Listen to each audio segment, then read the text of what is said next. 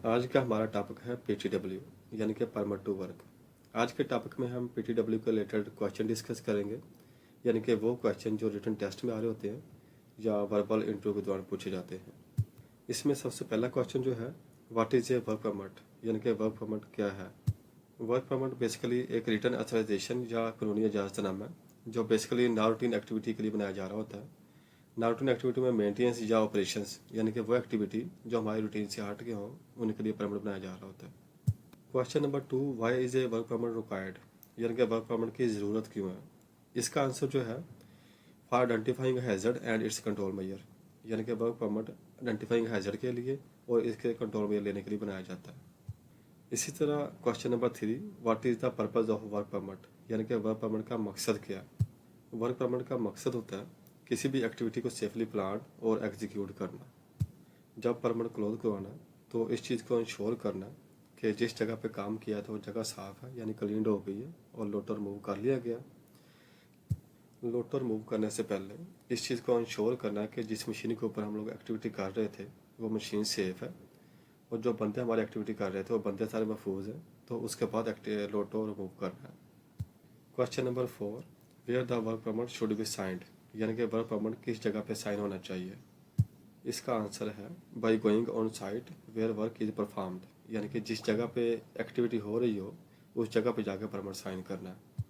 Question number 5, there are session of work permit, यानी कि work permit के session कितने होते हैं। There are 7 session of work permit, यानी कि सेशन के ऊपर हम एक वीडियो बना चुके हैं ऑलरेडी, उस वीडियो को आप देख सकते हैं। क्वेश्चन नंबर 6 जो है वो है, which of the following is not a confined space, यानी कि कौन सी कन्फाइंड स्पेस नहीं है।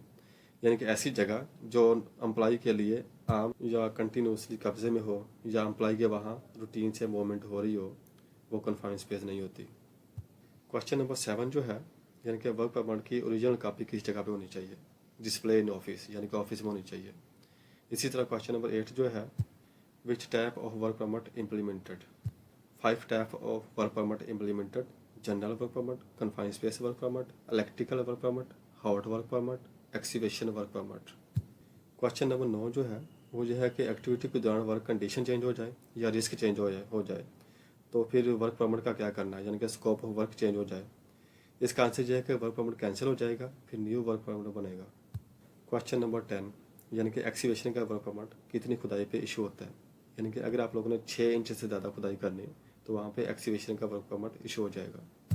क्वेश्चन नंबर 11 जो है, इसमें जो है कि सर्टिफाइड कॉन्ट्रैक्टर किस जगह पे इंडिपेंडेंटली वर्क नहीं कर सकता। इसमें जो है कि फ्लेमेबल मटेरियल, यानी कि जहाँ पे ड्रिलिंग, कटिंग, वेल्डिंग या ऑयल डीजल का कोई काम हो वहाँ पे इंडिपेंडेंटली वर्क नहीं कर सकता। दूसरे नंबर पे, इनसाइड द कन्फाइंड स्पेस के अंदर इंडिपेंडेंटली बंदा काम नहीं कर सकता। इसी तरह सी, तीसरे नंबर पे, ऑन अनर्जाइज सर्किट, यानी कि इलेक्ट्रिकल सर्किट के ऊपर बंदा इंडिपेंडेंटली काम नहीं कर सकता। इसी तरह चौथे नंबर पे डी सेशन जो है, इसमें जो है कि लॉकआउट टैगआउट, जहाँ पर लॉकआउट या टैगआउट हो रही हो उस जगह पे इंडिपेंडेंटली बंदा वर्किंग नहीं कर सकता।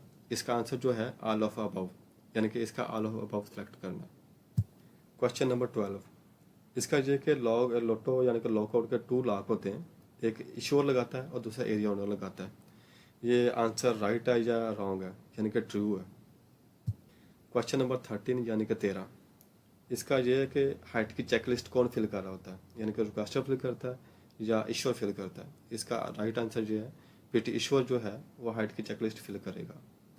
इसी तरह क्वेश्चन नंबर 14 वो ये है कि कन्फाइंड स्पेस के अंदर एंट्री के दौरान ऑक्सीजन लेवल कितना होना चाहिए। इसमें यह है कि बिलो 19.5 से लेकर अबव 13.5, यानी कि 19.5 से लेकर 23.5 के दरम्यान में होना चाहिए ऑक्सीजन लेवल, तो फिर हम कन्फाइंड स्पेस के अंदर एक्टिविटी कर सकते हैं। क्वेश्चन नंबर 15 वो ये है कि अगर आप इस साइन को देखोगे तो इससे क्या आप अंडरस्टैंड करोगे कि ये साइन किस चीज़ का है। इसका आंसर ये है कि जब आप इस साइन को देखो तो आप अंडरस्टैंड करो कि ये साइन कन्फाइंड स्पेस का है, कि आप कन्फाइंड स्पेस में इंटर हो रहे हैं। Question number 16, carbon copy of work permit should B, यानी कि वर्क परमिट की कार्बन कापी किस जगह पे होनी चाहिए। इसका राइट आंसर जो है वो है डिस्प्ले ऑन साइट, यानी कि जिस जगह पे एक्टिविटी हो रही है कार्बन कापी उस जगह पे होनी चाहिए। इसी तरह क्वेश्चन नंबर 17 जो है, यानी कि जिस जगह पे आप लोगों ने हार्ड वर्क करना है, यानी कि ड्रिलिंग, कटिंग, वेल्डिंग का काम करना, वहाँ का एलियर लेवल 0.05 से कम होना चाहिए, 0.05% से कम होना चाहिए। इसी तरह क्वेश्चन नंबर 18 वो यह है कि कन्फाइंड स्पेस के अंदर एक्टिविटी के दौरान वहाँ का टेम्परेचर कितना होना चाहिए, यानी कि वहाँ का टेम्परेचर जो है वो नॉर्मल 25 से लेकर 35 तक होना चाहिए, यानी कि 25 से लेकर 35 डिग्री तक होना चाहिए। क्वेश्चन नंबर 19 यानी कि PTW रिसीवर की रिस्पॉन्सिबिलिटी में क्या क्या शामिल है, उसमें यह है कि कंप्लाइंग विद सेफ्टी प्रिकॉशंस, वो सेफ्टी प्रिकॉशंस को इम्प्लीमेंट करेगा, यानी कि सेफ्टी प्रिकॉशंस को इम्प्लीमेंट करेगा और इसको इंश्योर करेगा और इसके अलावा परमिट साइन करेगा। इसी तरह क्वेश्चन नंबर 20 जो है इसमें वो कह रहा है कि PTW issuer and area supervisor is same, यानी कि PTW इशूअर और एरिया सुपरवाइजर सेम होते हैं, यानी कि सेम नहीं होते, फाल्स। क्वेश्चन नंबर 21 ये है कि कन्फाइंड स्पेस के अंदर जब भी आप लोगों ने एक्टिविटी करनी तो वहाँ पे 12 वोल्ट DC लाइट इस्तेमाल करनी, यानी कि 220 लाइट इस्तेमाल नहीं करनी, 12 वोल्ट DC लाइट का इस्तेमाल करेंगे। क्वेश्चन नंबर 22 इसमें यह है कि अगर लाइव सर्किट 600 वोल्ट से लेकर 2400 वोल्ट तक हो तो उससे कितने डिस्टेंस पे हम काम कर सकते हैं, उससे हम 6 फीट के डिस्टेंस पे काम कर सकते हैं। क्वेश्चन नंबर 23 जो है इसमें यह है कि जब भी इलेक्ट्रिकल का एनर्जाइज सिस्टम पे कोई एक्टिविटी करनी तो वहाँ पे मेटालिक लैडर इस्तेमाल नहीं होगी। इसी तरह क्वेश्चन नंबर 24 जो है ये कि पर्सनल प्रोटेक्टिव इक्विपमेंट यानी कि PP का इस्तेमाल हैजर्ड के अगेंस्ट कब करेंगे और कब करना चाहिए, इसका यह है कि लास्ट पे, इस पर मैंने एक पहले वीडियो बनाई हुई है हायरार्की ऑफ कंट्रोल के ऊपर। सबसे पहला है एलिमिनेशन, दूसरे नंबर पे सब्स्टिट्यूशन, तीसरे नंबर पे इंजीनियर कंट्रोल, चौथे नंबर पे एडमिन कंट्रोल और लास्ट पे PPs, यानी कि PPs का नाम लास्ट पे आ रहा है। हैजर्ड के अगेंस्ट PPs को लास्ट पे इस्तेमाल करेंगे। क्वेश्चन नंबर 25 इसमें यह है कि हार्ड वर्क के दौरान यानी कि ड्रिलिंग, कटिंग, वेल्डिंग के दौरान जो फायर वॉचर होगा वो 35 फीट तक रेडियस का एरिया फायर वॉच करेगा कि अगर किसी इस एरिया में कोई एलियर लेवल चेक करेगा, अगर कोई गैस के फ्यूम या कोई डीजल फ्यूल वगैरह हुआ तो इसको क्लियर करेगा। क्वेश्चन नंबर 26 इसमें जो कि हाईली फ्लेमेबल और not to be stored near electrical equipment, यह है कि हाईली फ्लेमेबल मटेरियल, इसमें गैसेज आ सकती हैं या पेट्रोल आ सकता है, डीजल आ सकता है, यानी कि जितना भी हाईली फ्लेमेबल मटेरियल है या इलेक्ट्रिकल इक्विपमेंट के करीब स्टोर नहीं करते।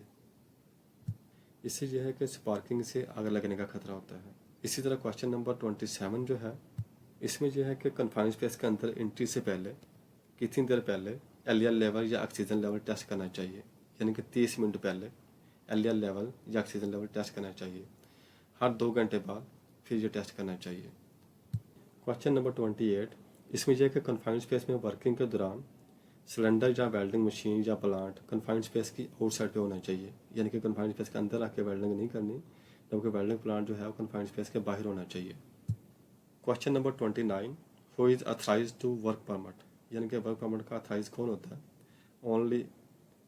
Only trained and authorise person, यानी कि वर्क परमिट साइन कौन करता है, सिर्फ जो वही बंदे साइन करते हैं जो ट्रेंड और अथराइज होते हैं।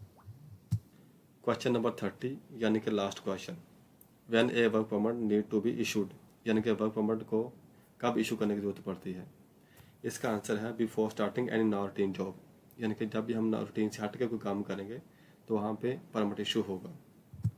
आज के टॉपिक में PTW के रिलेटेड मोस्टली क्वेश्चन डिस्कस किए गए कि उम्मीद है कि जो बंदा ये वीडियो पूरी देख ले उसका PTW टेस्ट क्लियर होगा, 100% क्लियर होगा। और अगर किसी बंदे ने इंटरव्यू देना है PTW के रिलेटेड, अगर वो ये क्वेश्चन तैयार कर ले तो 100% इंश्योर है कि उसका टेस्ट क्लियर होगा और इंटरव्यू भी क्लियर होगा।